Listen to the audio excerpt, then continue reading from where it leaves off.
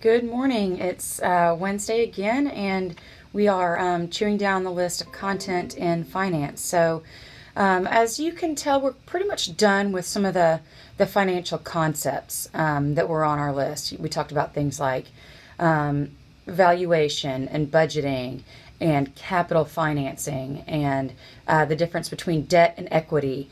I mentioned that we were going to do mostly concepts for a while, and then we're going to switch over and talk about some of the various sectors that are common in the sport industry.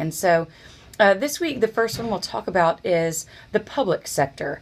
This is a lot of the sport that you and I can actually participate in and do. For example, the Little Rock Marathon is the largest sporting event in the state of Arkansas. They have about 13,000 participants in all of their various events every year. So that's the biggest. And that's actually run out of the Little Rock Parks and Rec Department. That's one of the larger public sector sporting events in the whole state. That's one thing that we mean when we talk about public sector sport. It's for, the general public to participate in. So those are things like Parks and Rec, which includes the Little Rock Marathon. It also includes a lot of the nonprofits that we see. So nonprofits are things like organizations like Girls on the Run, or it might be boys and girls clubs that provide a lot of the youth sport leagues around the area. So we'll see some of the concepts related to financing and the way that we choose to support financially public sector sport. Some of that is with taxes. And why that's kind of my point in this intro piece is that a lot of communities and cities decide that parks and recreation it's kind of worth the taxation because it provides a quality of life and because it's something that no agency can sustain if it was based on strictly a pay as you go kind of finance model, like a lot of private sport is. We don't sell a lot of tickets to parks because we would never sell enough to be able to support parks. And is it realistic to put a fence around parks and only people who pay get in? Some parks can operate that way that are a little more expensive, but general city parks, that's not a good financing model. So we'll talk about that model and why we choose to fund public parks and rec the way that we do. A few comments on my office hours for the next couple of weeks.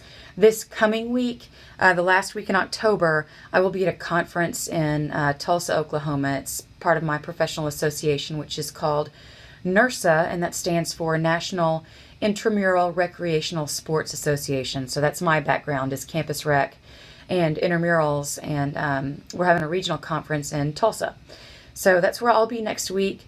I'm going to do my best to check email and check Blackboard throughout the week, but I will be gone Monday, Tuesday, and Wednesday, so I won't be in for office hours next week. I will be here on Thursday and Friday, however. So, if you need to make an appointment, I have those days available. Just shoot me an email, let me know, and I will be available to set something up with you. And then the following week, the first week in November, I've got an all-day meeting on Tuesday. So I'll still have my Wednesday office hours intact, but I won't be here on Tuesday.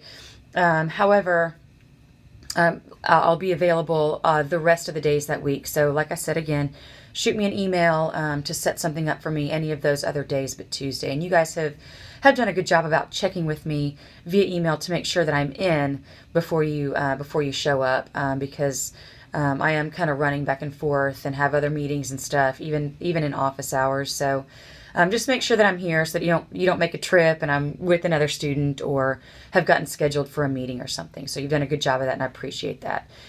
So that being said, I hope you're having a good week, and we're chewing through this semester. It's going right along. So really, we've got the week of November left, and then fall break is during Thanksgiving, and that's kind of the quick end to it. There's not much during that first week of December, so it's kind of wrapping up quickly. So thank you for what you've done this semester. I appreciate your attention to deadlines, your attention to the material, your communication with me. I've appreciated it all. So thank you for that.